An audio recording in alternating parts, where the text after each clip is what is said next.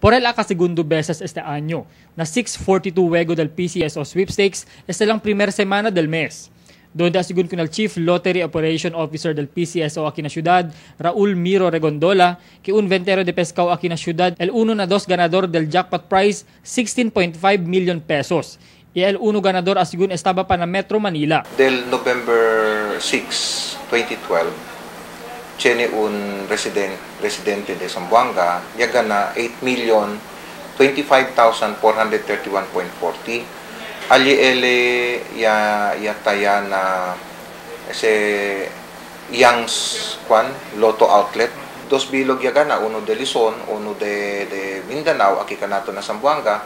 Yan divide sila el winnings into 2. So, bale, 8 million plus sila kada uno. Este ventero quien no pwede nombra asigun. Yataya na un Lotto Outlet aquí na Tomas Claudio del Nobyembre 6 con su mga cuidaw numero 7, 42, 25, 13, 16 y 34. Y ele gana con el más de 8 milyon de pesos.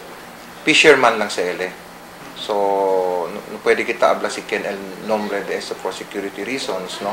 El ganador asigun niya enderesan na opisina del PCSO na Manila para saka con el SUSEN. Tiene mga informasyon que este mga numero asugun niya dali al un barkada que niya dispidi 3 años ya ella pasa.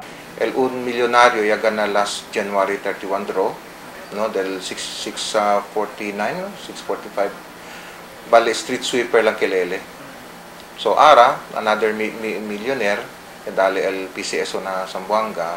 Acordando, un ciudadanos también ella gana con este clase de juego del enero este año, donde asigun un street sweeper ella gana con el más de 28 milyon de pesos.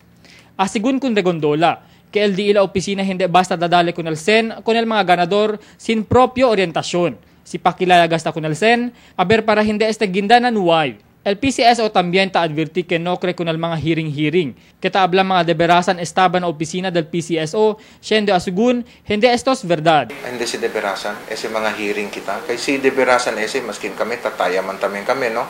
Kasi we wanted also to donate 30% para na charity.